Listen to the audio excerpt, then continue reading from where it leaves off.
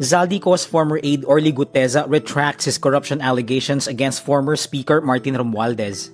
A school official says the student shooter slipped into the Ateneo de Zamboanga University's junior high school building during a brief opening of its PWD ramp. Anti-cybercrime police officials say they've handled 74 cases linked to nihilistic violent extremism and rescued 42 minors involved in them. A former Meta executive testifies that CEO Mark Zuckerberg prioritized profit over child safety on Facebook and Instagram. And a survey shows a majority of Americans believe Donald Trump and his family have inappropriately profited from cryptocurrency since his return to power.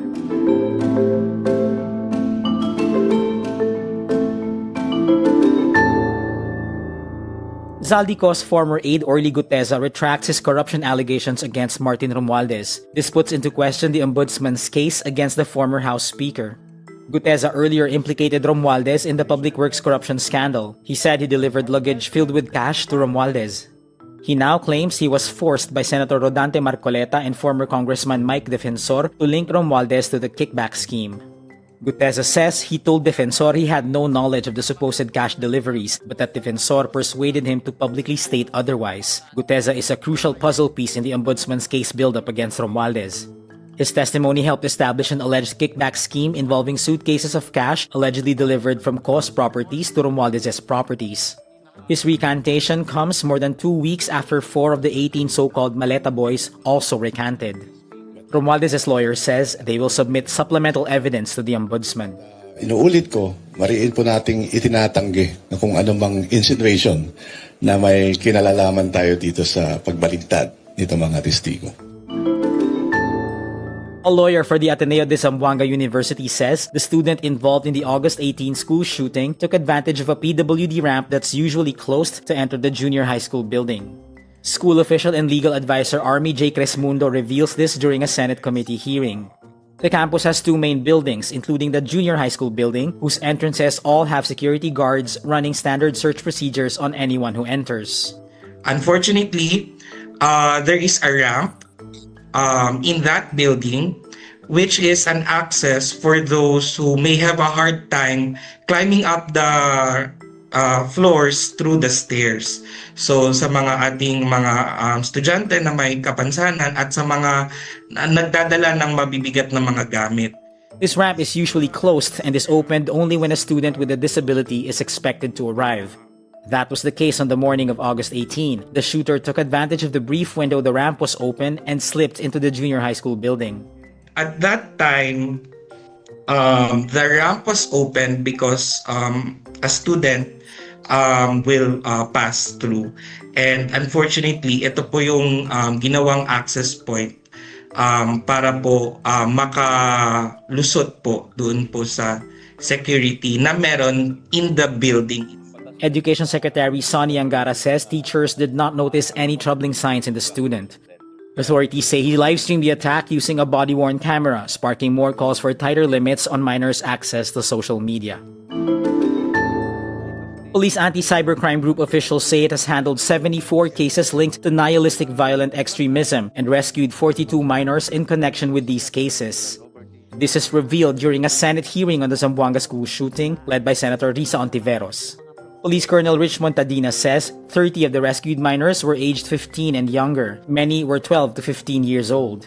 The PNP-ACG says its leads for these cases came from schools and parents and referrals connected to Meta and the U.S. Federal Bureau of Investigation. Ontiveros calls for a more proactive, coordinated response to prevent nihilistic violent extremism or NVE from spreading in the Philippines. Terrible na patunay na totoong problema ito. Cybercrime Investigation and Coordinating Center Executive Director Aboy Paraiso points to foreign extremist ideas influencing young Filipinos. What we're trying to prevent here in the Philippines is the copycats and the influence of NVEs. He says ideologies associated with NVE groups are mostly foreign to the Philippines, for example, racism and white supremacy. Former Meta Platforms Engineering Director Arturo Behar testifies that CEO Mark Zuckerberg prioritized growth and engagement over child safety on Facebook and Instagram. Behar makes the allegation during his second day of testimony in a major trial over claims that could affect Facebook and Instagram. Different states accuse Meta of designing its platforms to keep young users engaged, contributing to anxiety, depression, and suicide. They also accuse the company of illegally collecting and using the personal data of children aged under 13 while they used its platforms. Bihar disputes Zuckerberg's claim from October 2021 that Meta constantly used research to improve its products. This was after whistleblower Frances Haugen claimed that Meta knew its products were unsafe for children. Haugen also said that Meta knew how to make its platform safer but chose not to do so to protect profits. Bihar now says, quote, "It's so false, every part of it. You just cannot trust Mark Zuckerberg with kids." A majority of Americans believe US President Donald Trump and his family inappropriately profited from cryptocurrency since his return to power. This is according to a new poll by Reuters and Ipsos. The poll also shows Americans think Trump's policy decisions are influenced by his private business dealings. The 4-day poll completed on Monday, August 17, finds half of Trump's own Republican base believe he allows considerations for his business interests to influence his decisions. This is despite Trump's own pledge to clean up corruption in Washington.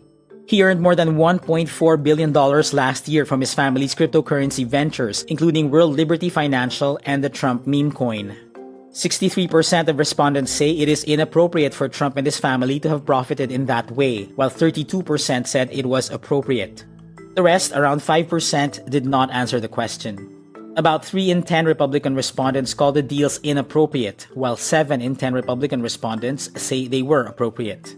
The White House dismisses any allegations of impropriety, saying Trump's investments were managed by independent financial institutions. And that's today's wrap. I'm JC Gotinga. Thank you for watching. Click the link below for the full story. For more updates, download the wRap.